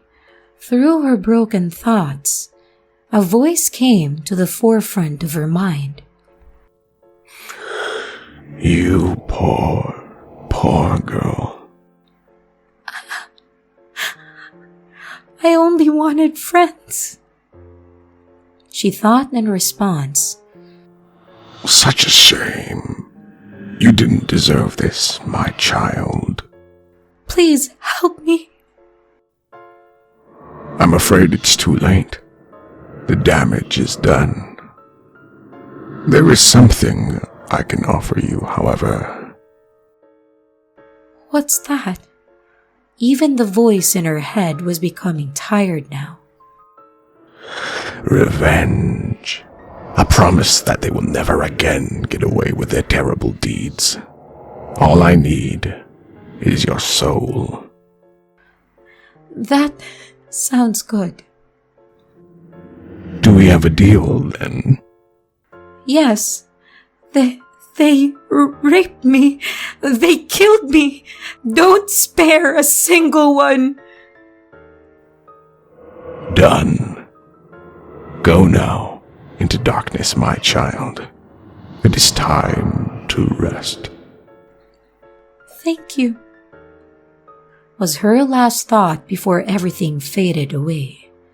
Kevin's group was now outside, finishing off the rest of the beer and vodka. They were cheering about the misery that they had just inflicted upon the lonely girl, and didn't show a single ounce of remorse towards it. In fact, Kevin exclaimed he was thinking about going for one more round with her. But then, they noticed the sky. Dark clouds were rolling in faster than anyone thought possible. A harsh wind blasted through the trees as the rumbles of thunder boomed off in the distance, quickly getting louder by the second.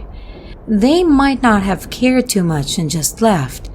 However, terror now struck at the heart of each one.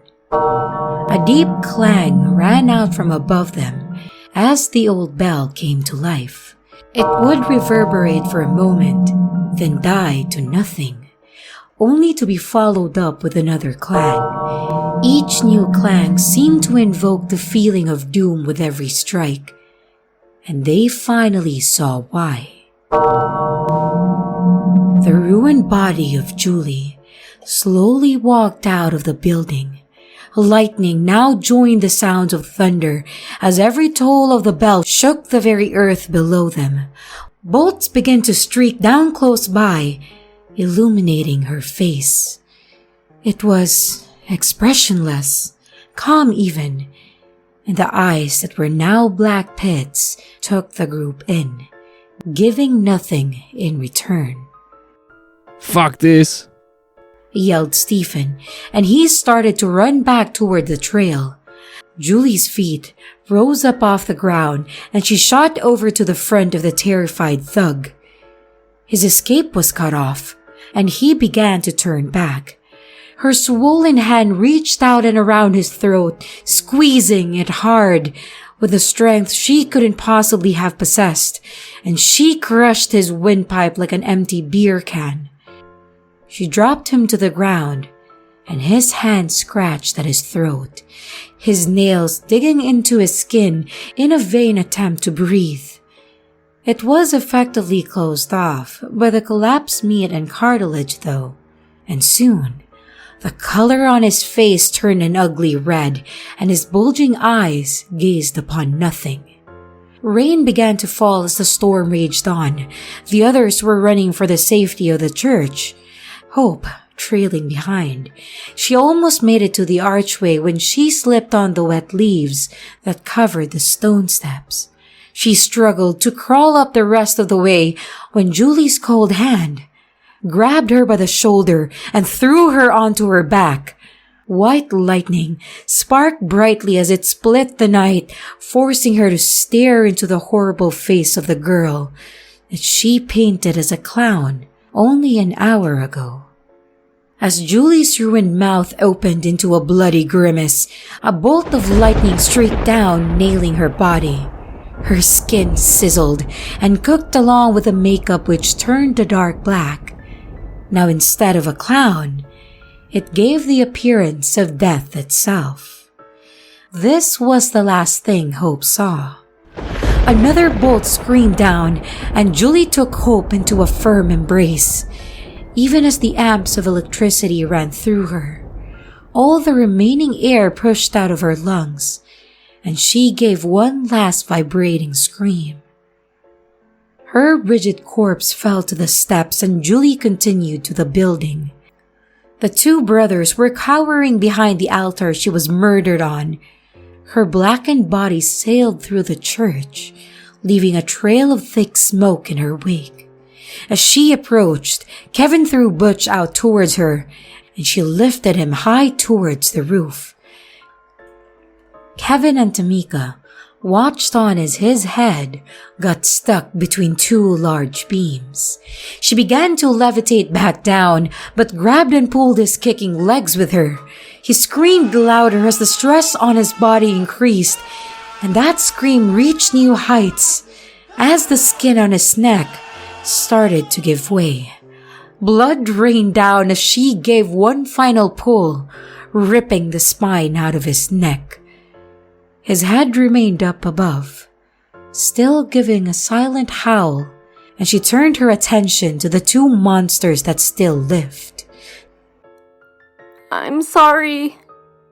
Please don't kill me, screamed Tamika, who began running for the door.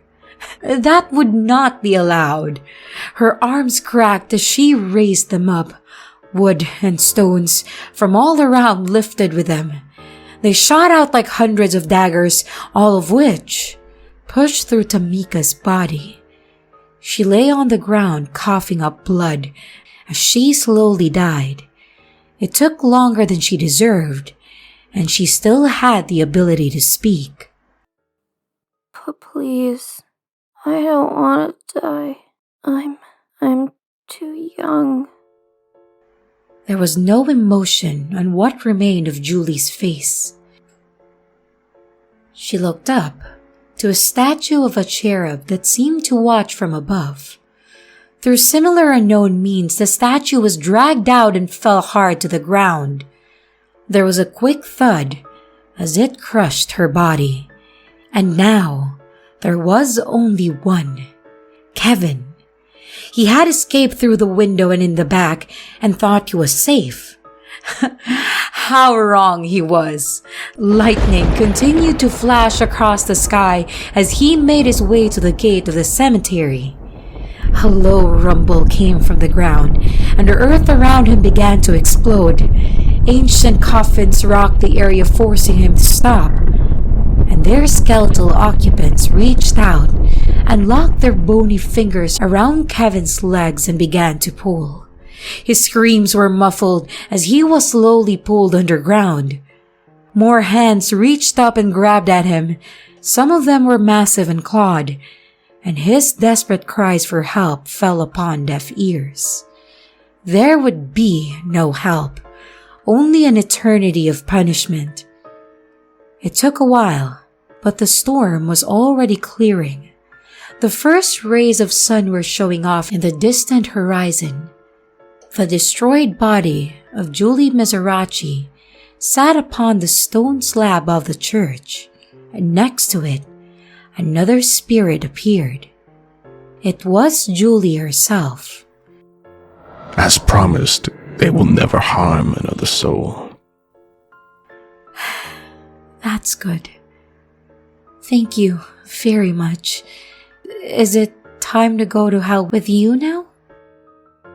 The thing wearing Julie's body smiled and shook its head. My child, hell is for the wicked.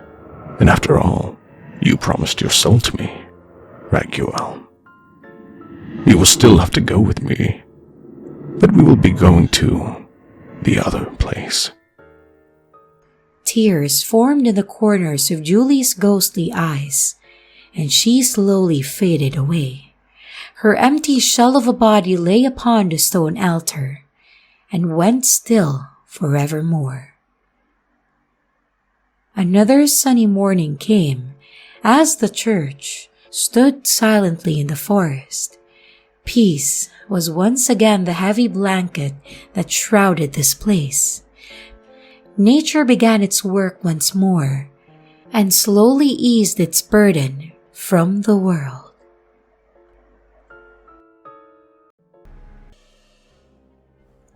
Hello everyone, it's your creepy sister here. Thank you so much for watching the video. I really appreciate each and every one of you. But I would also like to thank my amazing patrons, my top tippers, and my dearest channel members. Thank you very, very much. I really appreciate it with all of my heart. If you want to support the channel further, you could also choose to become a patron, a tipper, or a channel member. But remember, it's appreciated, but never a requirement. I would also like to announce that we have merch now. The link is in the description of the video, along with all my other social media links, like my Discord server, Twitter, Instagram, and others. You can connect with me and send your stories there. And don't forget to like and subscribe if you haven't yet, and comments are highly appreciated. And remember, your fear feeds me.